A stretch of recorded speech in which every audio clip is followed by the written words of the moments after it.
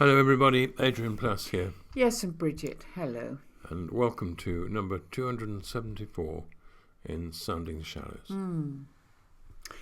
What can we say about this week, Adrian? I mean, Well, there's been a horrific shooting in the US. There's been People scary stuff getting around. sacked and Yeah, resigning, and I know. do you think I ought to sack you? Well, I think that's a dangerous thing to say. Sack you. No, but I mean, it's been another turbulent week. But in the middle of it, I heard a radio interview with something that brought back all sorts of different memories. Did you ever read the book Wild Swans? By Jung Chang. Now you're showing off. I looked it up just now. No, I didn't remember the name. But I was going to say we're going to talk about someone called JC. And everyone thinks it's going to be Jesus. So I ruined that. But no, it doesn't matter. It's Jung No, Chang. but it did, because she has a new book called Fly Wild Swans, and it's the story. What was the first book? The first book was called Wild Swans, and it was written about the history, really, of her grandmother, mother, and her. That's right, her family. Yeah.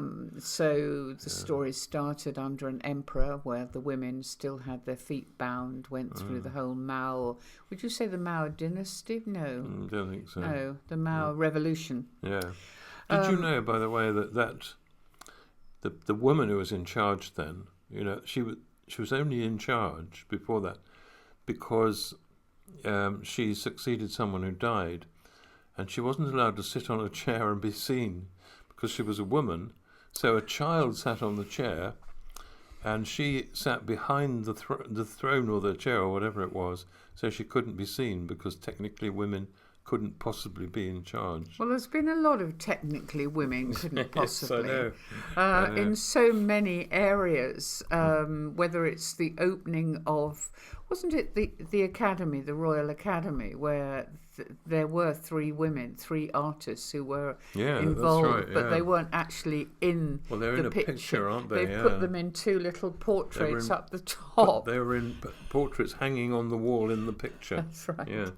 No, Anyway. I mean, yeah, but I suppose the thing that struck me was the small memories. The huge memory of the whole revolution in China and the nightmare for so many people. And one of her memories is of being a little girl at school and them being ordered to go and pull up the grass and the flowers. It was the flowers, I think. Well, it was mainly. Everything, and the grass, just pull it all up. Certainly the flowers, because flowers were all different. They had an individuality, whereas... Is that what it was? I don't know if it was that. I thought it was that having flowers at all was very bourgeois, and it was flowers anything. was bourgeois, yeah. Only she was talking about how when finally... Well, she didn't escape. She got a scholarship and was allowed to come to London, but still very much wearing Mao suits with a big badge going around in a They group. went around as a bunch, didn't they, in Mao suits? But she said that the thing that she just brought her to life was seeing flowers, going to Hyde Park and seeing all this grass and all these flowers. Yeah. And now finally, obviously, there are flowers in China, and it is possible to have beauty and not be condemned. Also, she'd been told that in the pubs in England, you would find a lot of naked women.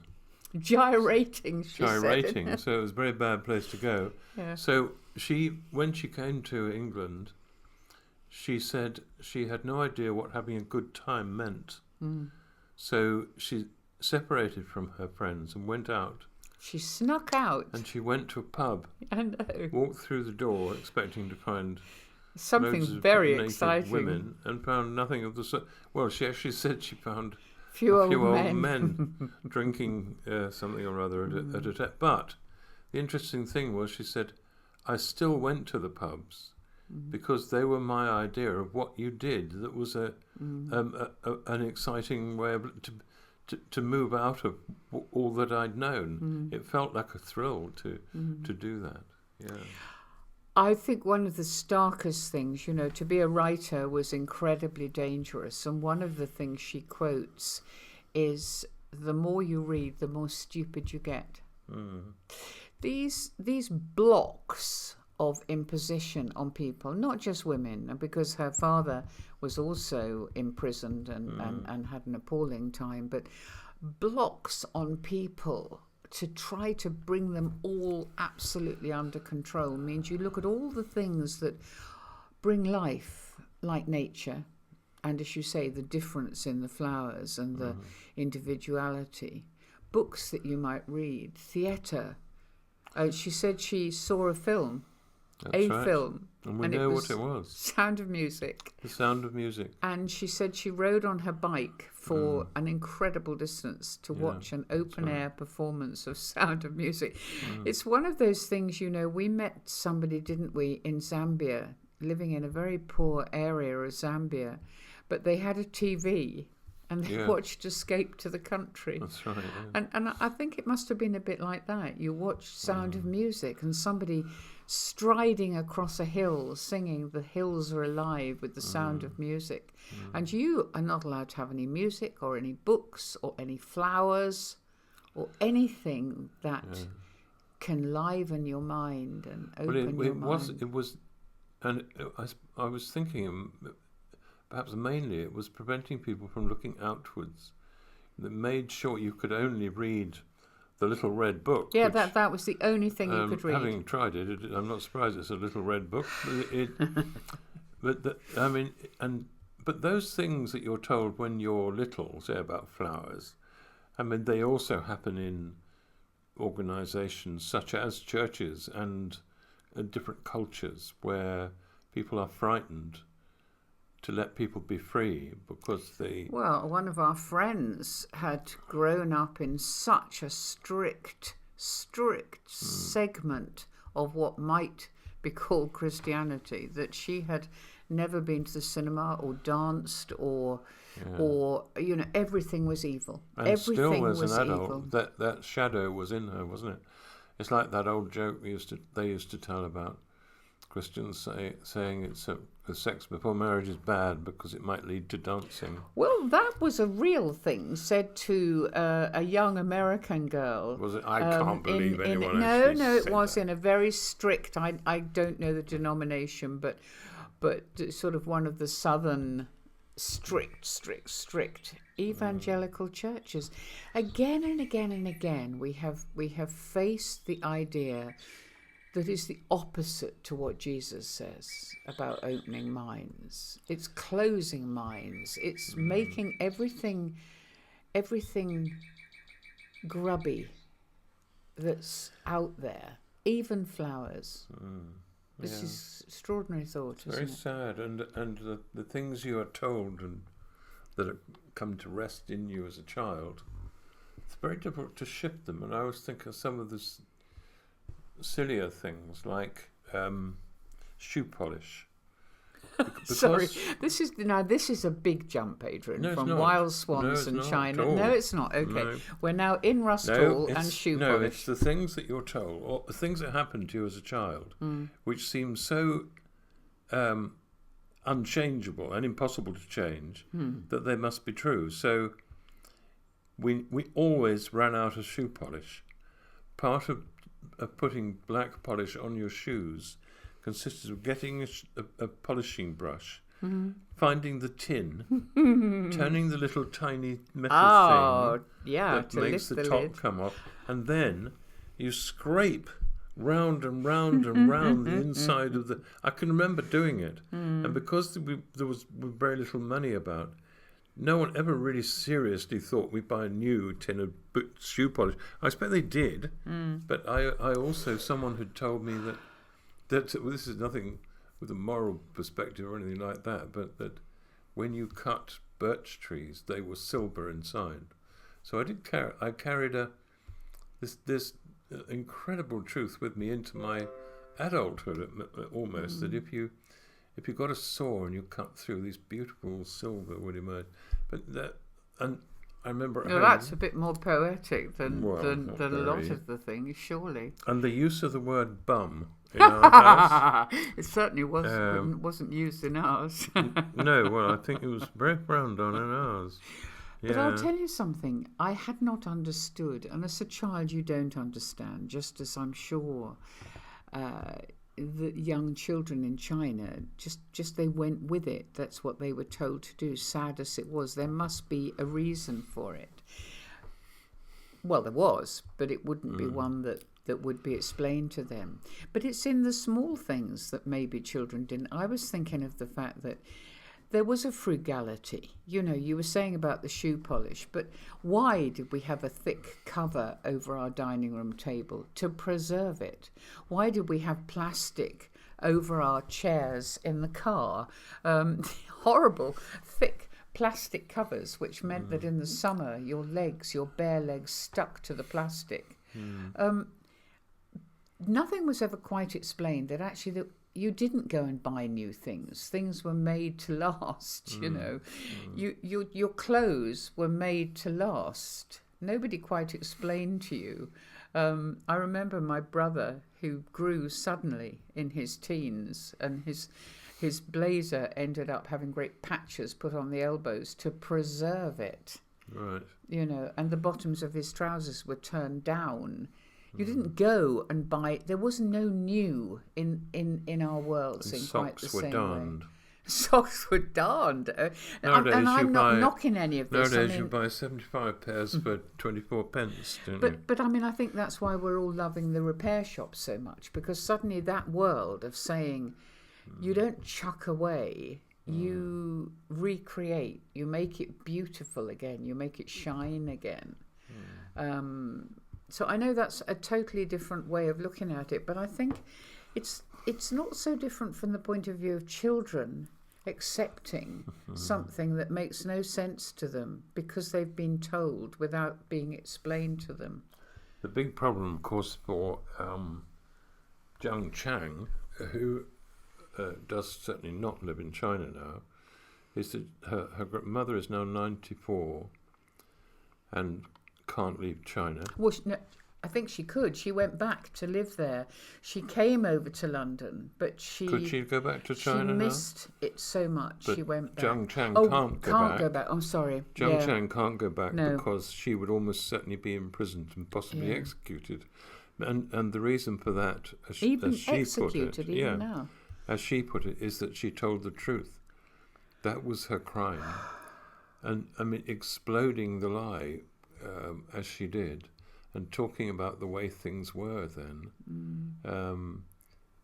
that makes it impossible now for her to be able to go back. Well, I mean, our last weekend, you know, I think we said to people last week we were going to be talking about Paul, and I think the thing that hit us talking about the journeys of Paul and his determination that he would do anything to win people meant that there were constantly people hating the fact that he was opening things up, that he was going against the norm, that he was refusing to be shut down and shut up. Well, not only that, but that he'd done a total reverse, hadn't he? Yes, and people don't like that much, I suppose. When those you've respected and looked up to and thought of as great sort of leading lights in something turn, it's very hard to take.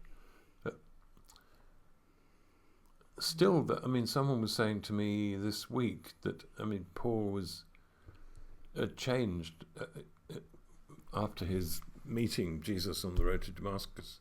Well, yes, he did, but he also didn't. Well, that's right. He didn't. No, he brought all the qualities he had as a murderer into his evangelical life and used them. What I mean is his determination, his going for the mark, his ingenuity, his use of metaphor, all those things that I don't know if he uses metaphor in his early life, but those things became. Well, they became tools, but they were not the motivation. The motivation had changed. He wasn't allowed to own them anymore. No. He wasn't allowed to be the driver of them. No.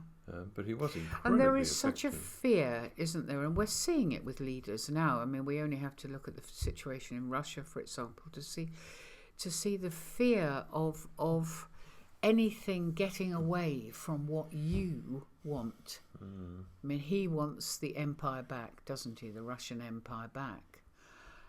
Netanyahu, what is he holding on to that means that you become blind in your zeal, if you like? And maybe Mao, maybe that, the idea that you stamped out everything that was living like a new shoot. You stamp on it before it has a chance to grow into something that might threaten It's you. really interesting that Mao, as a young man, was intent on opening things up and creating freedom. This business of decluttering, we talked about this before, haven't we? It's a really tough thing. I mean, nowadays I find the simple questions about Christianity really difficult to answer because I don't have easy answers anymore. And I was fed, I'm sure we've said all this before, but it's because it's always current. But because we were fed with ways to deal with problems that really covered them over rather than solving them. One of the things, we've been involved in a couple of funerals this last few days, or there's one we've just been to and one next week. I was saying to someone that when we arrive in what we call heaven, two things will probably happen. I'm really interested in what are they going to be? One is that we should be absolutely amazed at how right we were. The other is that we'll be incredibly stunned by how wrong we were. But in the effort to preserve something that seems to make sense and be logical and draw people in and be all right, we have had to almost invent things that keep you safe in your way of thinking about it. Well, it is tricky. Sorry. Many people have said to me, I am bored by the concept of heaven. I don't know what heaven will be. And those who love the world, and one or two of my very close friends, love the world and simply can't imagine what a different mode would look like or feel like. I'm getting quite excited about it, really. I suppose one of our problems is that we grew up in a solidly Christian country. So every child did a nativity play at their school. It was the thing you believed. Jesus was born in a stable on Christmas Day, and all the rest of it. And that's why I think for a lot of people there's a feeling that once you start allowing the world in and all the other religions and all the other ways of thinking, that your childlike understanding is something you grow out of. And then you're in a wild world.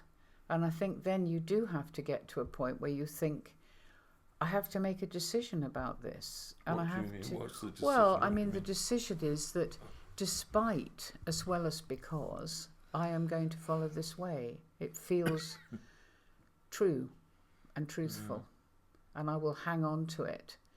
And I will not feel that it's something I should have grown out of or put to one side, but neither will I shore up what is quite an internal and sensitive thing by loads of other stuff in order to make myself feel, yes, more confident. It's impossible to imagine, I think, what it was like for Paul and what it was like for her in China to be questioning deep inside herself that what she'd been told was actually wrong.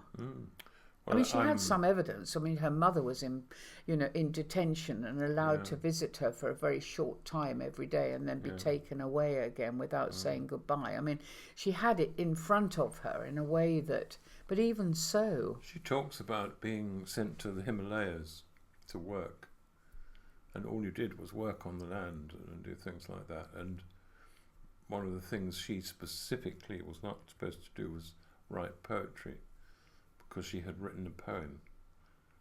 And when they came, the Red Guard came to her house, she tore the poem up and put it in the toilet and flushed it away. And she said when she went to work on the land and she knew there was no more writing poetry allowed, she spent all her time writing poetry in her head. In her head. So as she worked, she wrote loads of poems, and I totally understand that. I mean, it's like being in solitary confinement, really, in a way. I mean, when you think of, what came into my mind suddenly was Terry Waite, hanging on to the things that he knew to sustain him through forever. And if you have no furniture in your mind, you can build it. If you're someone who can write, she probably had a wonderful time putting words together as she worked on the land. Secretly, yeah. And later on, she would remember as many as she could, and then she'd be able to write them down, and of course did. Yeah, it's fascinating. And she's now got another book out, hasn't she? Yeah, Flying Wild Swans, or Wild Swans Flying. It's very much talking about, going back, but also staying in the present, talking about what it is in China now, what it is for women now, and what her life has been. We must get that second book. Yeah, I'd love and to we read will. that. And I hope other people And do. I'd like to read the first one. I'd again, love too. to know what the things were that were so drummed into you. Yeah. In order to create order. I mean, my drumming in, I suppose, was don't tear your clothes and be back for lunch. I had a massive amount of freedom as a young child to run around and to go out and play and to do whatever I wanted to do inside my head and out of it. But don't tear your clothes, which I now can see, there wasn't any more clothes, and be back for lunch. That was the rule. Do you think the little boy in the Bible who had the loaves and fishes, before he went out, his mother said, "Now, watch what you're doing, make sure you're back at the right time, and make sure you eat your lunch. And don't give your lunch away. Don't lose it. No, don't give it away to anybody else." Don't give it away. So when he came back, he'd say, well, I did actually. I gave it to 4,999. And she said, "Don't be such a silly boy." Yes, I think she would have done. Yeah, it'd be nice to hear about other people's drummings. Yes. Anyway, yeah, have a look at the first book if you can, and we are going to try and get this second one, see what happens in that one. So, yeah, interesting. We'll see you next week. Bye-bye. Bye-bye.